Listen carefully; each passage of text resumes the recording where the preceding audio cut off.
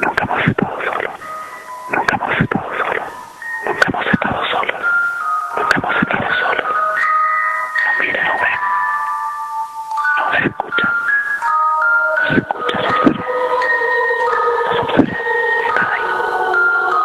Están ahí. Están ahí.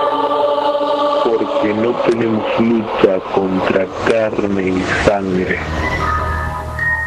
sino contra principados, contra potestades, contra los gobernadores de las tinieblas de este siglo, contra huestes espirituales de maldad en las regiones celestes. Bienvenidos a la mano lampiña. Mostróme a Josué, a ver,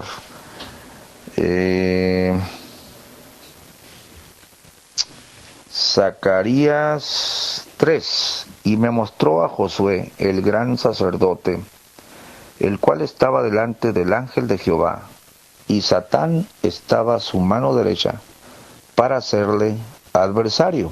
Es como decir, Satán estaba a su mano derecha para hacerle Satán, o para acusarlo, ¿no? Y entonces empieza la justificación. Esto es importante, profesor, porque tiene que ver con la obra de redención. Si nosotros decimos que Satanás ya no puede presentarse delante de Dios para acusar a sus hijos, estamos trastocando el programa de la redención. ¿En qué sentido? Bueno, porque hay un juez, hay un acusador y hay un abogado. Hijitos míos, estas cosas os escribo para que no pequéis. Pero si alguno hubiera pecado, abogado tenemos para con el Padre. Pedro, Satanás me ha pedido tu alma para zarandearla como a trigo, o vuestra alma, la alma de todos ustedes, ¿no? Pero yo he rogado por ti. El Señor intercedía en carne aquí, pero la Biblia dice que todavía intercede por nosotros. Si nosotros decimos que el diablo ya no puede presentarse para acusar, estamos violando el contexto general del plan de redención. Por supuesto que se sigue presentando y la guerra por la redención de los hombres continúa. Cambio. Entiéndase que esta es la primera vez que toco con alguien más este tema de Satanás, como es el pastor Gamaliel, quien es un estudioso muy serio en las escrituras, y por eso da gusto de tocar este tema con el pastor. Pastor, excelente versículo. Y es importante entender que tal vez hoy vamos a ver poco del área práctica y del área testimonial, ¿no es cierto? Porque estamos metiéndonos en un tema donde debemos entender contra qué nos enfrentamos, cómo cayó, dónde está ahora, qué es lo que hace, qué es lo que no puede hacer. Así que este es un tema muy teológico, muy importante que usted lo aprenda, porque todas las demás charlas que nosotros ya desarrollamos después de esto se enfocan netamente en el concepto de guerra espiritual. Antes de comprender guerra espiritual debemos entender contra quién peleamos y quién es este personaje y en dónde está. Es lo mismo que usted puede hacer una guerra con China, pero al fin y al cabo termina llegando a Canadá y dice, bueno, ¿a dónde están los chinos, no? Y dice, estás en un lugar equivocado, no sabes contra quién estás peleando. Identificar a Satanás, dónde se ubica, dónde está, con quién se encuentra todo el tiempo, adelante de quién se presenta, nos da un enfoque claro sobre el enemigo que nosotros tenemos en común, que es el adversario, Satanás, el diablo y todos estos títulos. Así que, Pastor Gamaliel, ya vamos a dar a una pregunta de equiparación. Y es acá donde a veces se habla de Satanás como poderoso, los demonios como poderosos, y sin duda hablamos de los ángeles, porque siempre parece que se habla más de los demonios y hablamos de los ángeles, que es el siguiente punto que vamos a ver en la segunda charla teológica, porque dentro de la guerra espiritual muchas veces la idea es que estamos solos, ¿no? Y recién usted leía algo importante, y citaba algo importante, que sus ángeles, para el sus siempre es un plural y el mínimo plural son dos, o sea, mínimo deberían haber dos ángeles con nosotros todo el tiempo. Y esta es la pregunta con respecto a después de la caída, no tan solo de Satanás, sino también de todos los ángeles, querubines, serafines que le siguieron, todos los que le siguieron a Satanás. La pregunta es, ¿Cómo quedaron ellos en posición al resto de los ángeles? ¿Cómo quedaron ellos? ¿Se pueden oponer los demonios a un ángel? ¿Cómo está este confrontamiento de estas dos entidades, ¿no? Perdieron todo su poder, son poderosos al nivel de un ángel. ¿Cómo funciona exactamente este enfrentamiento si tuviésemos que colocar a un ángel versus un demonio? ¿Qué es lo que la Biblia nos deja ver? También está dentro de las 10 preguntas difíciles, pastor. Cambio. Sí, son preguntas difíciles, profesor. Esto toca otra vez el asunto de las jerarquías en el Salmo 103, por ejemplo. Aquí estoy hojeando la Biblia, permítame. Salmo 103. Hablando de los ángeles fieles, Salmo 103, veamos cómo la Escritura los jerarquiza. Dice el verso 20, bendecid a Jehová vosotros sus ángeles, poderosos en fortaleza. Notemos cómo se habla de que son poderosos en fortaleza, que ejecutáis su palabra obedeciendo la voz de su precepto.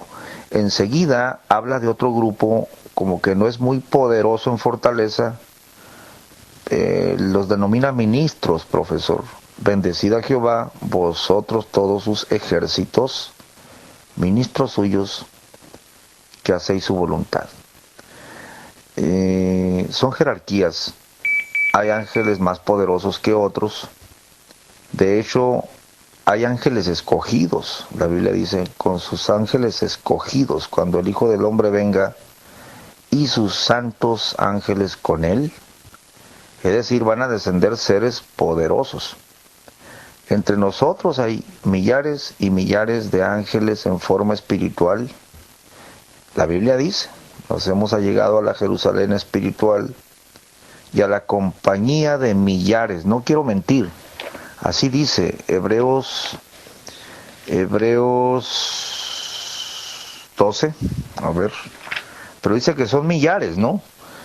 Pero no son los ángeles poderosos, sino los ministros. Están aquí para ministrarnos a los que seremos herederos de salud. Los ángeles poderosos sería Gabriel, Miguel y otros tantos cuyos nombres desconocemos, que la pura cercanía a ellos caeríamos desmayados, como le sucedió a Daniel, como le sucedió a varios, a los guardas que custodiaban la tumba de Jesús, cayeron como muertos. La Biblia dice, un ángel de Dios descendió y hubo un terremoto, ¿no? Y los ángeles, los guardas, imagínense un guarda romano, bien entrenado, fuerte, cayó como marioneta, ¿no? Desmayado. Estos seres poderosos, profesor, se van a manifestar cuando venga el Señor. Entre tanto, estamos en la compañía de los millares de sus ejércitos, que sin duda para nosotros son muy poderosos, pero no comparables con los otros poderosos. Aquí tenemos la base para decir, ¿cuántos de los poderosos siguieron a Satán? ¿Cuántos de los ejércitos? ¿Cuántos serafines? ¿Cuántos querubines? No lo sabemos. Pero sin duda, si Satanás fue rebajado en su calidad de ángel, en el sentido de que sacó fuego de en medio de él y lo arrojaron, no son comparables a los ejércitos celestiales. Es como si dijéramos, ¿cómo se va a comparar un pecador a un hijo redimido de Dios? Para nada. Tiene la palabra, tiene el Espíritu Santo, ¿no? Entonces, más bien, profesor, como que los seres humanos, no se enfrentan los ángeles fieles con los caídos en una guerra aparte que ellos tengan. No, parece que la raza humana está en medio. El punto es la redención de los hombres. Hay rabinos que han dicho que la caída de los ángeles tiene que ver con la redención de los hombres. Como que Satanás no estuvo de acuerdo en la redención del hombre, porque Dios no tomó a los ángeles, sino a la simiente de Abraham tomó. Por ejemplo, cuando se dice ahí que subiré a los cielos, seré semejante al Altísimo y me sentaré, pero después vemos que los que vamos a ser semejantes a Él, porque le veremos, somos los seres humanos, y nos vamos a sentar con el Señor, sentados en lugares celestiales, dicen, ¿no? Por la redención. Entonces el poder que tiene Satanás es el poder que el ser humano le da. ¿Cómo? Por el pecado, por el engaño, ¿no? La Biblia no presenta un conflicto entre ángeles caídos y ángeles fieles como una querella aparte, sino que siempre relacionada a la redención de los hombres. Cambio. Esto nos lleva a otro de los clichés, como que hubo una batalla de cielos y se toman de Apocalipsis capítulo 12 y lo van al pasado cuando se habrá una batalla de los cielos, ¿no es cierto? Porque es algo que va a ocurrir Apocalipsis. Otro concepto es lo que ocurre en Daniel. Daniel, desde el día que pusiste en oración, fue enviado a ti mi ayuda, pero se me puso por 21 días el príncipe de Persia y vino en mí a ayudarme el principal de los ángeles, Miguel, y como que cuando Miguel intercede se acaba el conflicto, ¿no es cierto? Es más, en otro conflicto entre Miguel y Satanás, lo relata Judas, le dice que el Señor te reprenda.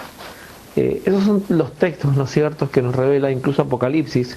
Un ángel que ni siquiera es Miguel, es otro ángel con una cadena, simplemente va y lo apresa a Satanás. Son algunos de los enfrentamientos que vemos en la Biblia, pero en tiempo pasado creo que el más claro es este de Daniel, el cambio. Sí, exactamente, profesor, y notemos que el enfrentamiento de estos príncipes, el príncipe de Persia se opuso contra mí, era porque un humano estaba orando, ¿no? Daniel estaba en medio de la tormenta. No era que el príncipe de Persia dijo, pues me quiero dar un agarrón aquí con Gabriel. No, era el género humano otra vez en medio de la batalla, por la oración, por el ayuno del profeta. Y luego viene el príncipe de Grecia. ¿Qué tienen que ver estos dos principados con la oración de Daniel? Bueno, es muy sencillo, porque Daniel está orando por los reyes, está intercediendo por el rey, está orando por el pueblo, está intercediendo por el pecado del pueblo, y el reino vigente, que es el de Persia, está dominando, retiene al pueblo, no lo deja volver. Pero había llegado el tiempo del cumplimiento. En 70 años había dicho Jeremías. Dios usa al profeta Daniel para mover las aguas en oración, en ayuno, en ruego, en silicio, en arrepentimiento. Entonces tenía que ser derrotado el poder demoníaco de Persia para que la mente del rey de Persia, los reyes de Persia, se abriera y dejara ir al pueblo. Después viene el príncipe de Grecia porque le es revelada la profecía a Daniel. O sea, se está metiendo Daniel con el destino de Persia, del imperio persa y del imperio griego, y al final con la cuarta bestia, ¿no?, que sería el imperio romano. Pero siempre en relación a la opresión del pueblo santo, de donde vendría finalmente el Mesías, porque ese es todo el problema. El pueblo santo, el pueblo apartado, el que sigue la ley de Dios, el que tiene la Torá, y del cual vendría el deseado de todas las gentes a redimir a la raza humana.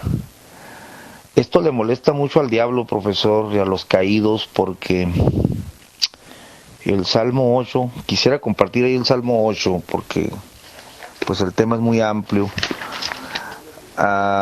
Ellos se oponen a la redención de los hombres,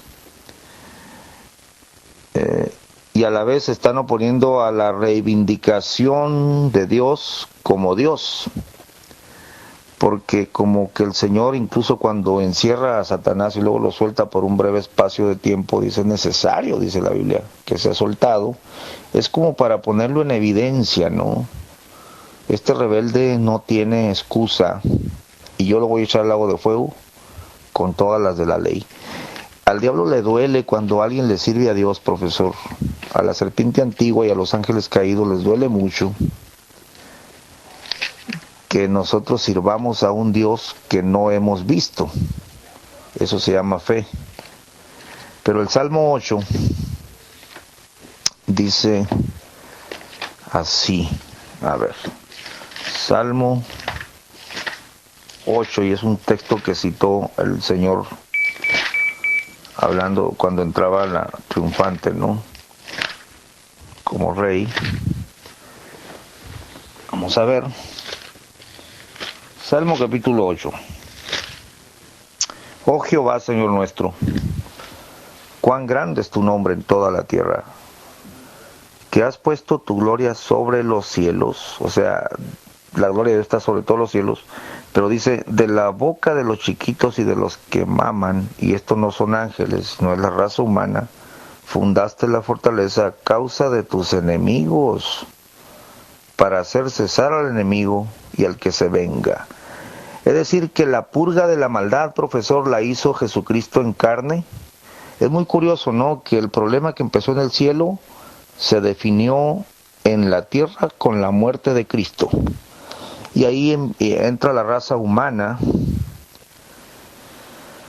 El Señor pacifica por la sangre de su cruz, así lo que está en el cielo como lo que está en la tierra. Ese es otro texto interesante. Cambio. Colosenses 1.20, si no me equivoco, y Efesios 2.20 también, sí, son de que hizo paz por su cruz, por medio de la cruz, con su sangre, reconciliando todas las cosas, las que están en los cielos y las que están en la tierra. Ambos pasajes con el mismo sentido.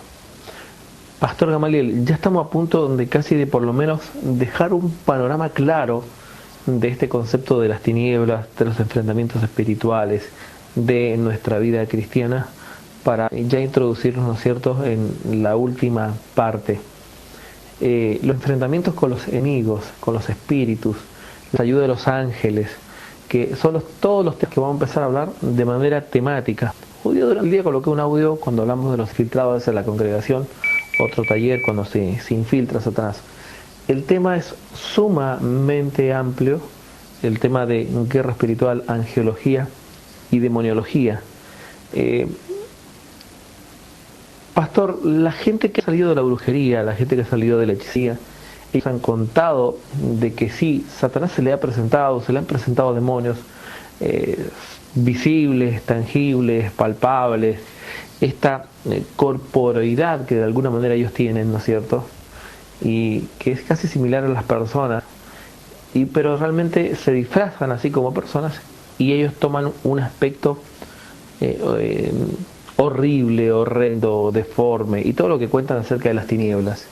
Incluso se ha hablado de otras manifestaciones de espíritus, como por ejemplo extraterrestres, se ha hablado de grises, se ha hablado de duendes, se ha hablado de hadas, o sea, todas las formas que se pueden llegar a tomar dentro de la mitología, en la mitología griega, los famosos centauros, los famosos dioses del Olimpo, todas estas cosas que están en la mitología, podemos decir que son diferentes manifestaciones demoníacas, o es una hiperexageración, es una religiosidad decir que todo esto es una manifestación de Satanás y sus demonios. ¿Hasta qué punto es válido este comentario bajo una óptica bíblica? Cambio. Bueno, profesor, como puntualizamos en los comentarios anteriores, sabemos que hay cuerpos terrestres y hay cuerpos celestes. El cuerpo celeste es un misterio, ¿no? Nosotros conocemos el cuerpo terrestre, pero la Biblia dice que por la resurrección tendremos el cuerpo celeste cuando esto mortal sea vestido de inmortalidad. Entonces comprenderemos, atravesaremos paredes, nos podremos aparecer, desaparecer a la semejanza de Cristo, ¿no? El gran misterio es el de las manifestaciones, porque es muy notable que Satanás no vive apareciéndose entre los seres humanos. No es común, no es cosa de todos los días, los demonios tampoco. Pero, profesor, tampoco los ángeles se hacen patentes, ni convivimos con ellos de forma corpórea, aunque pueden hacerlo. Las veces que se manifestaron los ángeles de forma corpórea son contadas en la Biblia. Lo que sí es seguro que en forma de espíritus hay muchos, hay millares entre nosotros que ministran, ¿no? Te guardan, te ayudan, tienen instrucciones acerca de ti. A sus ángeles mandará acerca de ti. Guárdame a Gamaliel, cuídalo, que te guarden, dicen, todos tus caminos. Pero ni en el ámbito de los caídos, ni en el ámbito de los ángeles fieles, la manifestación corpórea es cotidiana o es común. Son casos excepcionales. Por ejemplo, cuando se le habla a José, el ángel del Señor le habló en sueños a José: no temas de recibir a María tu mujer. No de forma visible, corpórea, pero el mismo ángel que se le aparece a él en sueño, se le aparece en forma corpórea y visible a María. Entró un varón y le dijo: salve, bendita tú entre las mujeres. Y hay una conversación real, no era un sueño. Entonces, debe de haber ciertas leyes que no se pueden violar. Si nosotros estamos hablando de la batalla de la fe, Dios no se aparece en medio de nosotros, porque no me verá hombre y vivirá, dice la Biblia. Y los ángeles tampoco lo hacen, o lo hacen con algunas excepciones, ¿no? Por mandatos explícitos del Señor. Pues tampoco los demonios, pero ¿se aparecen los demonios o los ángeles caídos de forma corpórea según la Biblia? Sí. A Cristo lo tomó en los brazos, lo puso en las almenas del templo. Bueno, eso lo puede ver usted en Lucas capítulo 4. Entonces, si tenemos pasajes para decir que Satán se presentó corpóreamente aquí, no es inaudito que lo haga. Ahora bien, Jesucristo, un hombre sin pecado, Dios hecho hombre, él podía ver el mundo espiritual, él conocía todas las cosas. Entonces, él miraba cosas que nosotros no veíamos. Por eso es muy rico el relato de la tentación del Señor.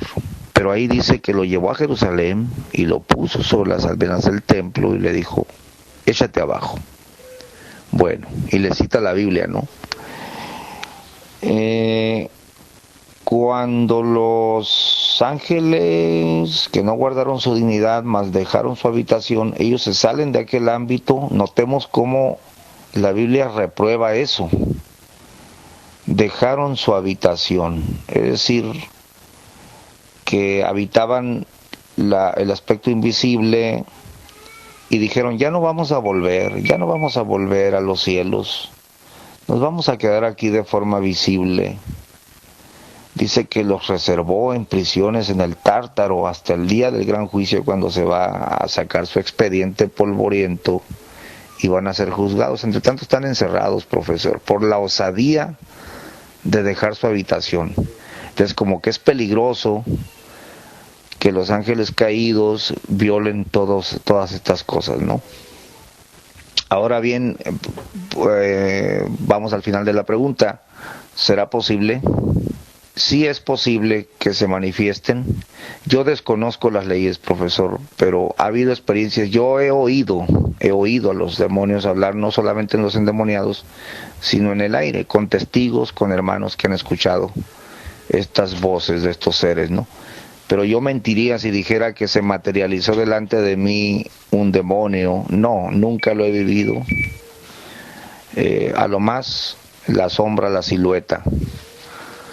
pero no de forma corpórea, como lo relatan los que han estado envueltos en ocultismo, que yo creo que sí es posible, y enseguida vamos a comentar. Cambio. Satanás se apodera del canal La Congregación. Buenos días. Bueno, la voz de la ignorancia acaba de pronunciarse. Sin duda alguna, es importante entender este concepto contra quién luchamos y contra quién tenemos una batalla, ¿no es cierto? ¿Quién estás con nosotros? De parte de quién estamos. Pastor Gamaliel, vamos a meterse en este mundo de las manifestaciones demoníacas. ¿Cuál es el límite de una manifestación demoníaca? Hablamos de dentro de la posesión en aspectos generales, porque esta es una generalidad, no vamos a tocar nada en profundidad, pero ¿cuál es el límite de una manifestación demoníaca? O realmente a veces nos falta conocernos, tener experiencia, ¿no es cierto? O no hemos tenido todas las experiencias como lo han tenido otros siervos, porque a veces yo me topo con diferentes siervos en el área del evangelismo, pastores, y contamos y relatamos experiencias, una muy diferente a la otra. ¿Cuál es el límite, pastor, de estas manifestaciones? No vamos a hablar del área práctica, porque no estamos tocando un tema puntual, sino que esta es un área teológica. ¿Y cuál es el límite de estas manifestaciones? ¿Hasta dónde ellos pueden operar? ¿Qué es lo que ellos pueden provocar? Y cambio. Muy bien, profesor, sí.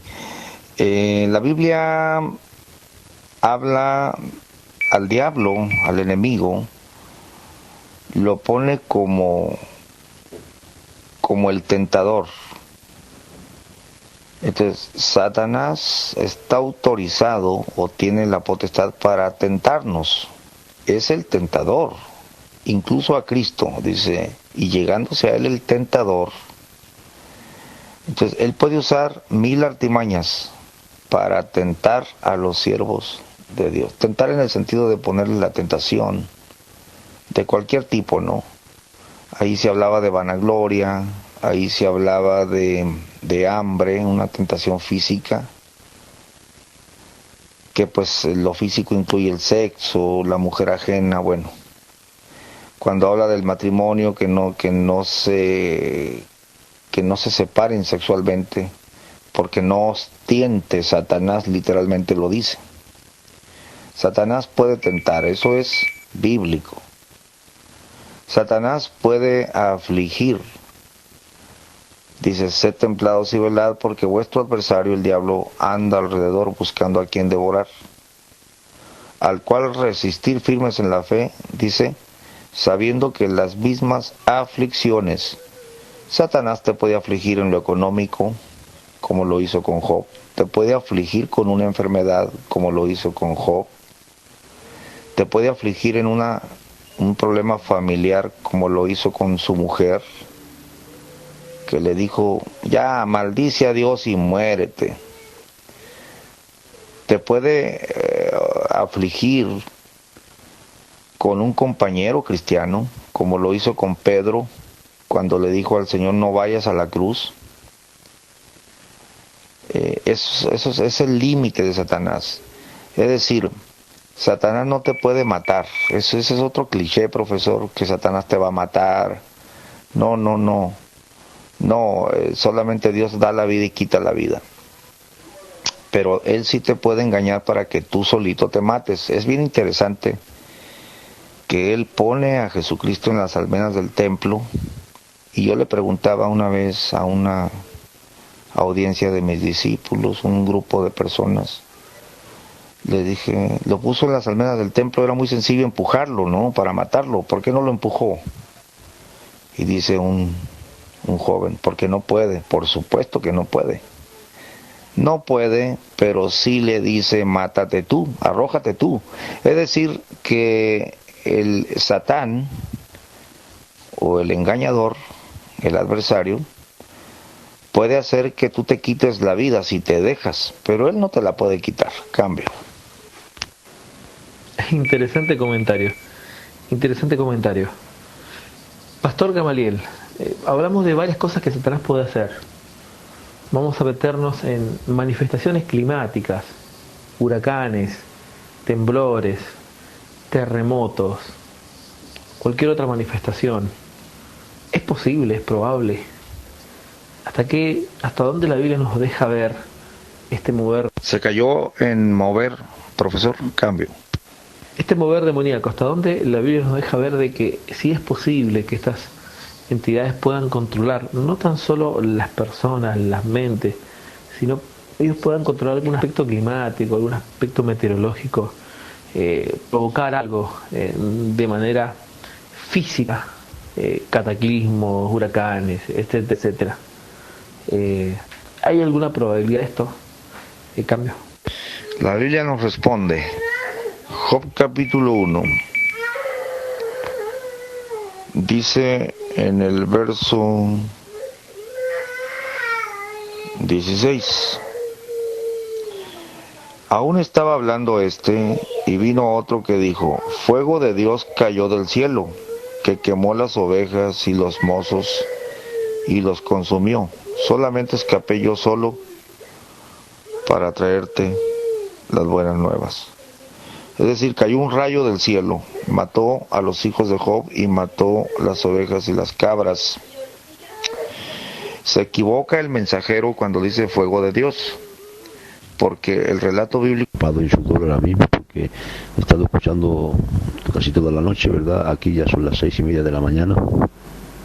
Y me he quedado, hace un momentito me he quedado como inmóvil, ¿verdad? Como algo que no podía moverme. No sé lo que me pasa a veces, hermano, no sé lo que será, hermano, pero he podido incluso hablar y no podía hablar. No sé, hermano, por favor, necesito vuestra aportación, por favor, vosotros que sois maestros, ¿verdad? Pues necesito vuestra ayuda, ¿verdad? Y vuestro consejo.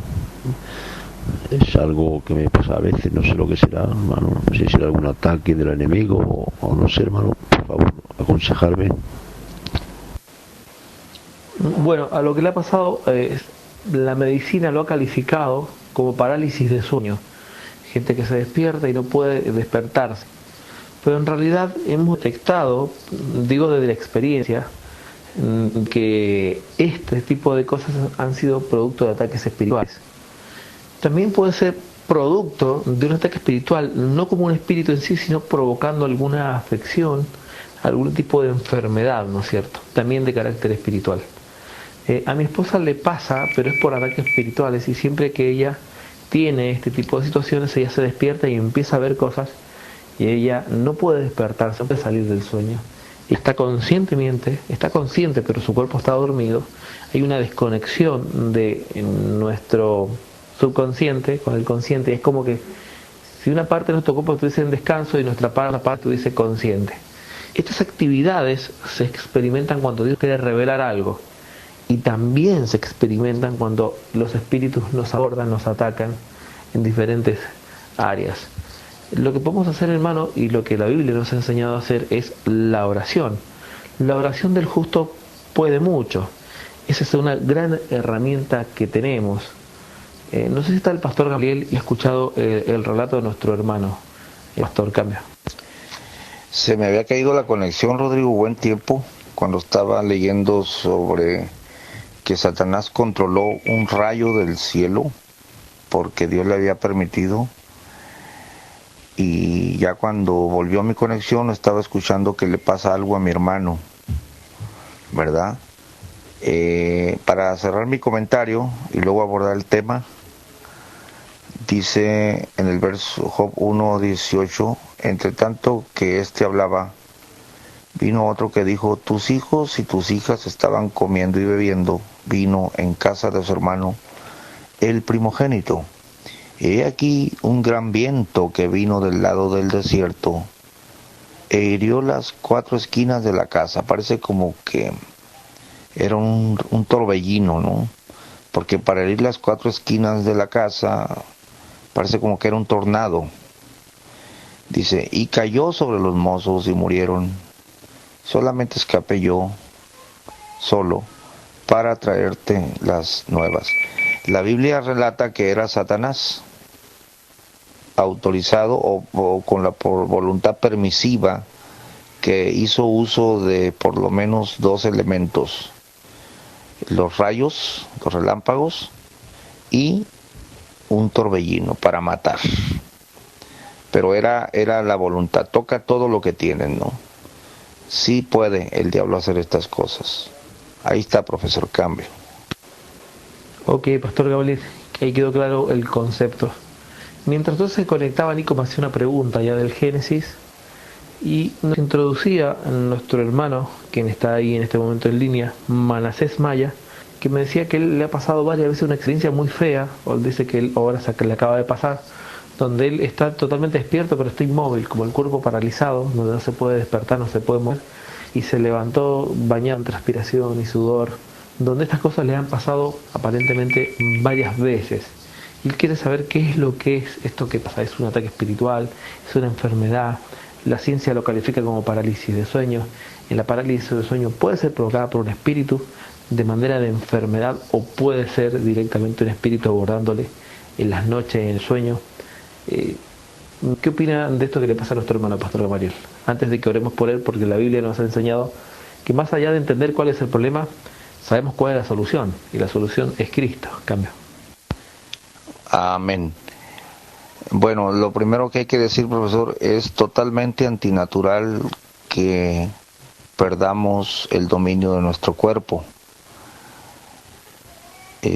No es natural, porque Dios nos dio este cuerpo, es nuestra casa. Destruid este templo y en 3 días lo levantaré. Mas él hablaba del templo de su cuerpo. No estamos hablando de un daño de nervios, de tendones, de ligamentos para no poder mover una mano. Estamos hablando de que el centro motor total